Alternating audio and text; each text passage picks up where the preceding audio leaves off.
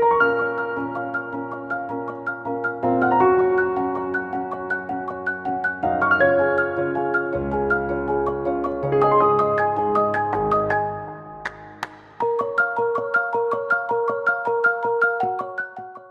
name is Jose. I come from Zaha Hadid Architects. First of all, thanks for the invitation. I'm going to give you a quick introduction to what we do, what the office is about. We're an architect office. For those of you that are unaware of our work, our office focuses mostly on design and design through innovation, and specifically innovation in terms of technology. We were one of the first offices to implement, or at least to take on a completely digital sort of workflow in our daily pretty much an entirely workflow. From the beginning, from design all the way to construction, we pretty much work completely digitally. We have buildings all around the world, different sizes, different scales, all purposes. We don't only do buildings, but we also do product design, we do furniture design, we design clothing. Yeah, so we're pretty much everywhere when it comes to design. And as you can see on the images of the buildings, our key feature is always taking design as further as we can, right? So it's mostly about it's aesthetics. It's about pushing constructions to the boundaries of what can be built.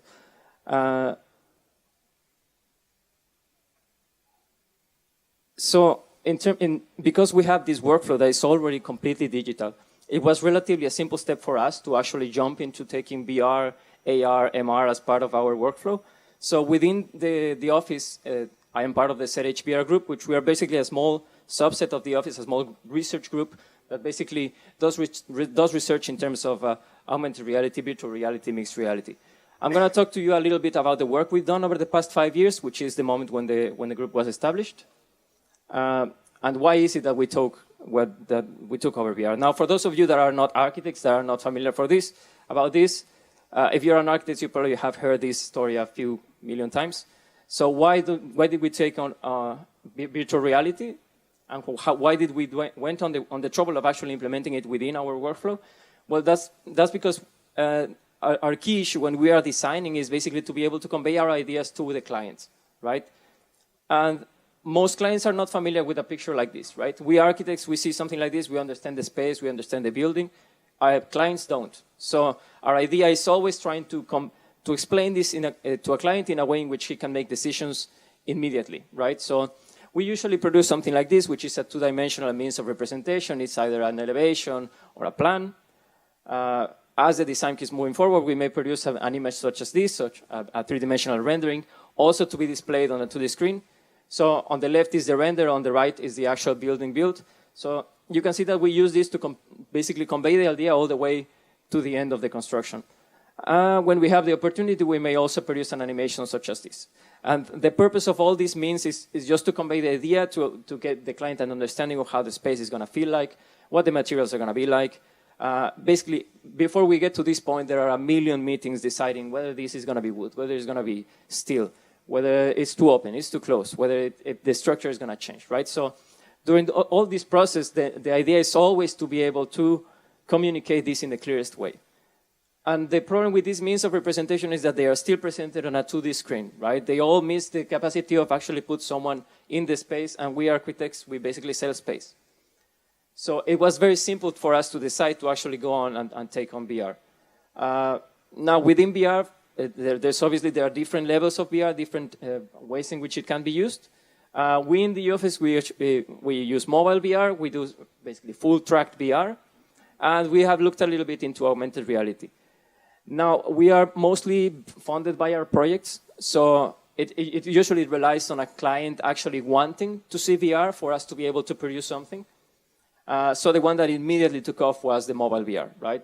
Because this sits perfectly within our workflow, right? We already produce these images, and to produce a 360 image is relatively a small amount of extra work that needs to be added on top of our regular workflow.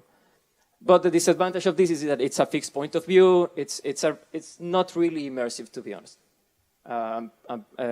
So it was relatively easy for us to start producing these images as well as we are developing the rest of the design, and then be able to present this one on a device like a mobile phone that then everybody can take to a client presentation, simply dropping the hardware on the backpack, flying to the presentation and showing this. This is relatively easy and it's comfortable.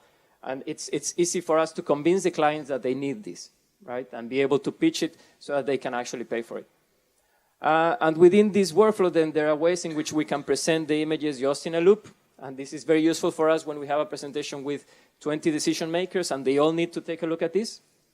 Or it can be a more customized experience where instead of looping, they basically have a home screen where they can choose the space they want to take a look at.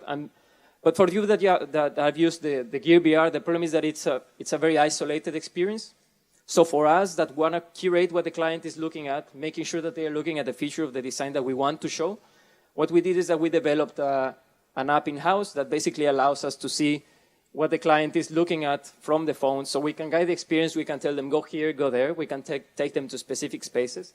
So even if we have 4 or 5 people in the room, then we're able to at least make sure that they are looking at what we want them to look.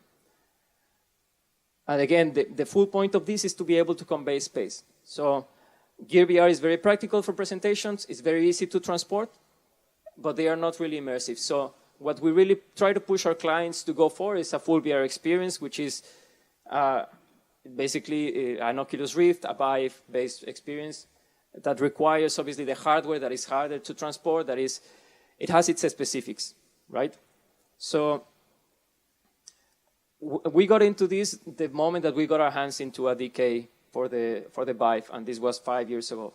And immediately we found the potential, right? So the way you can visualize your design, not only because it's you can build an analog of a physical model that would be very expensive, that it's relatively easy to build in VR, but also because you can do things like this that you just can't do with a physical model, right? Visualize the interior, analyze the light, and also be able to visualize the space as it is in reality, right? So with proper materials, proper scale, and you immediately get a completely different idea from the 3D model that we use to produce the actual design. So we developed a workflow that we tried to implement in the office so that our design teams, at the same time as they produce a 3D model, then so while someone is working on a design like this, while they're producing the regular production process, we can also produce an application like this. And the advantage of this is that this can be taken to a client, to a decision maker, and they can make decisions immediately without the 20 meetings that are required for them to get a proper idea of what we need to show. So we can show them design options, we can show them the interiors, we can show materiality, everything in one app, right? So they can toggle materials, they can toggle the furniture, they can see the space in different lights, and they can make decisions immediately. And this is invaluable for us, right? Because usually when you're doing a big project, our office does a bunch of big projects. The specific key maker, the guy that makes the key decisions, is usually available for 1 meeting, 2 meetings a year, right? So most of the time you're dealing with guys that are trying to convey this to him, right? The reality is you just want to cut the middleman and be able to take this directly to him. So show the design in this way for him, it makes a huge difference for us.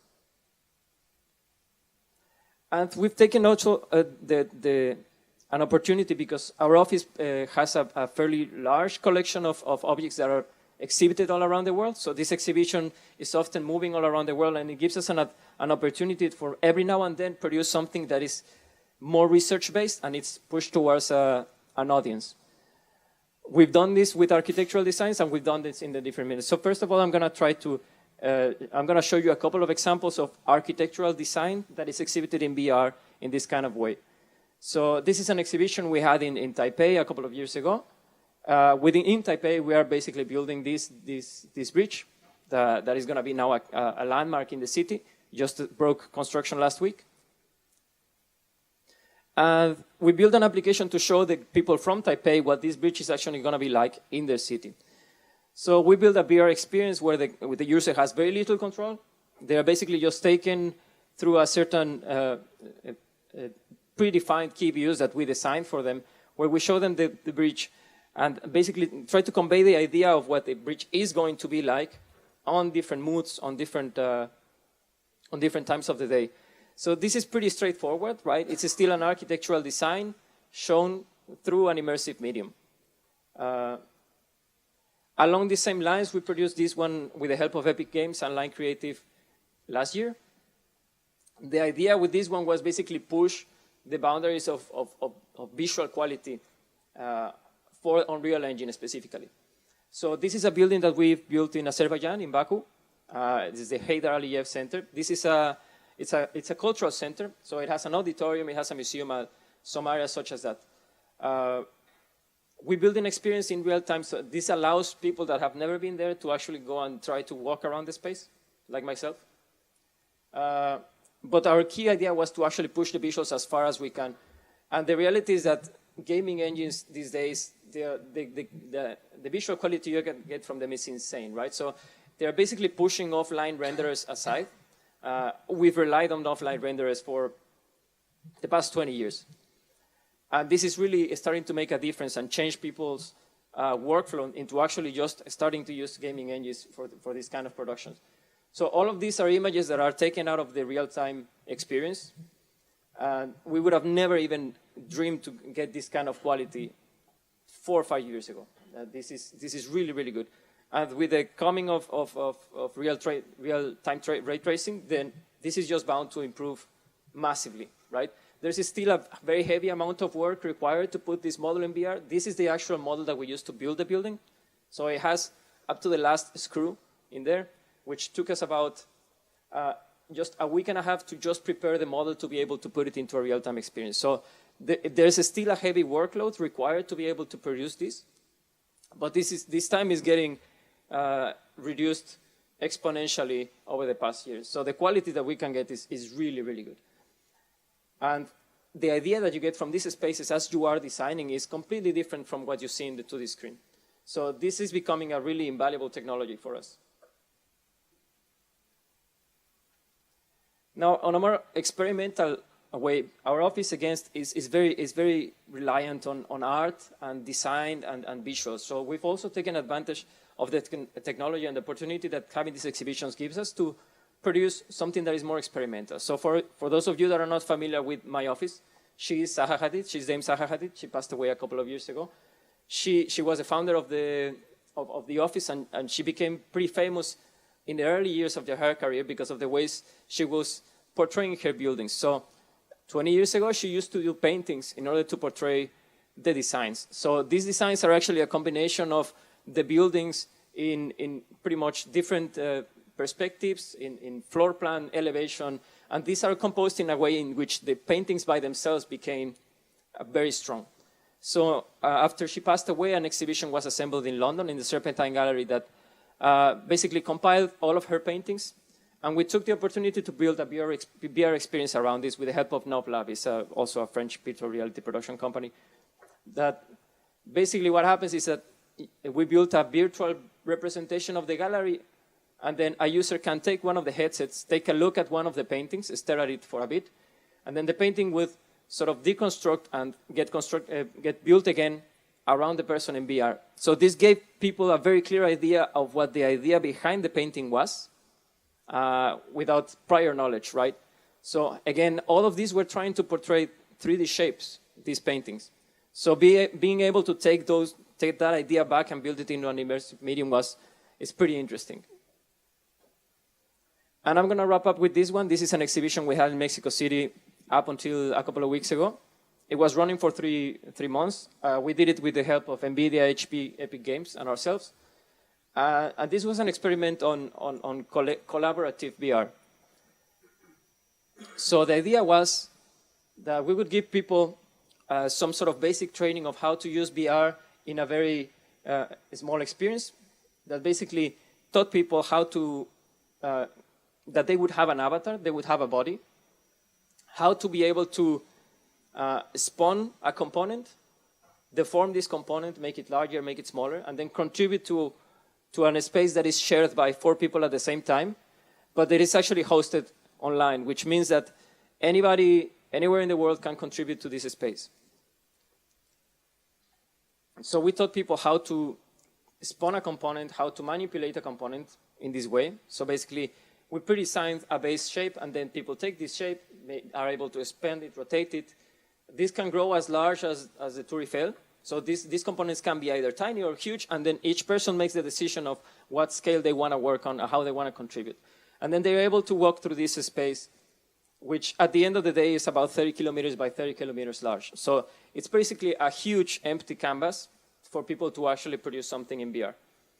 So what happens is that some people would actually collaborate with each other and would build a small section of this sculpture among both of them. This usually happens with people that actually knew each other. Or you can just be a complete lone ranger and go to the complete opposite end of the space and start building your own section. So this is basically an example of two people out there in the nothingness building something with this component. And this exhibition was running for 3 months. So this is the process of what actually happened. So about 2,000 people actually used this. Between them, they spawned around 20,000 components, and the exhibition was running for 3 months. So it was a relatively interesting experiment of what people would do when they are not giving any norms, and they are just thrown into a space where they can collaborate.